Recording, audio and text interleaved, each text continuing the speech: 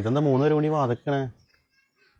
School വിട്ട് വന്നിട്ട് പിള്ളേർക്ക് കഴിക്കാനായിട്ട് ഒരു സാധനം ഇവിടെ ഉണ്ടായില്ല. എന്തെങ്കിലും സ്നാക്സ് എന്തെങ്കിലും മേടിച്ചൊക്കെ ആണെങ്കിൽ സ്കൂൾ വിട്ട് വരുമ്പോ പിള്ളേർക്ക് കൊടുക്കായിരുന്നല്ല. അയ്യോ, ഞാൻ ഇപ്പൊ തന്നെ മേടിച്ചിട്ട് വരാം.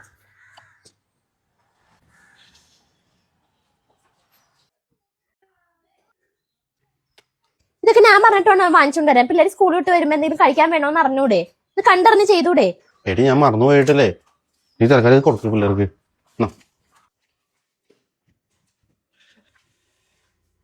ഞാൻ മറന്നു പോയിട്ടല്ലേ. ശരി, ഇപ്പൊ പോണതാണ്ട് പോട്ടെ. ഈ വരുന്ന ശനിയാഴ്ച, ഇന്നിപ്പോ തിങ്കളാഴ്ചയല്ലേ, ഈ വരുന്ന ശനിയാഴ്ച നമ്മളെല്ലാവരോടെയും നല്ല അടിപൊളി ഷവായ ചിക്കൻ കഴിക്കാൻ വേണ്ടി പോവാം.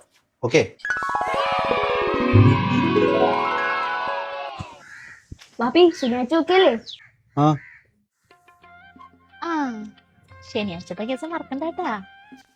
വാപ്പി ശനിയാഴ്ചത്തെ കാര്യം മറക്കരുത് കേട്ടോ. ശനിയാഴ്ചത്തെ കാര്യം മറക്കരുതട്ടാ. അവിടെ നിന്നേ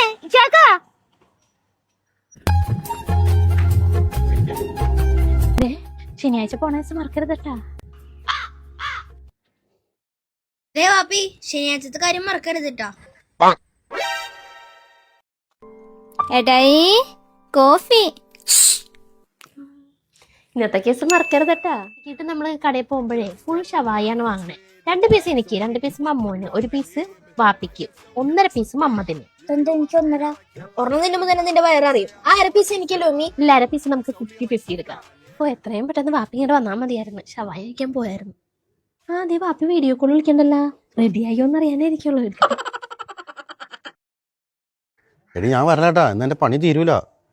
അടുത്ത ആഴ്ച താമസമല്ലേ, 2 മണിയാകുമ്പോൾ രാത്രി തീരാൻ നേരത്ത്.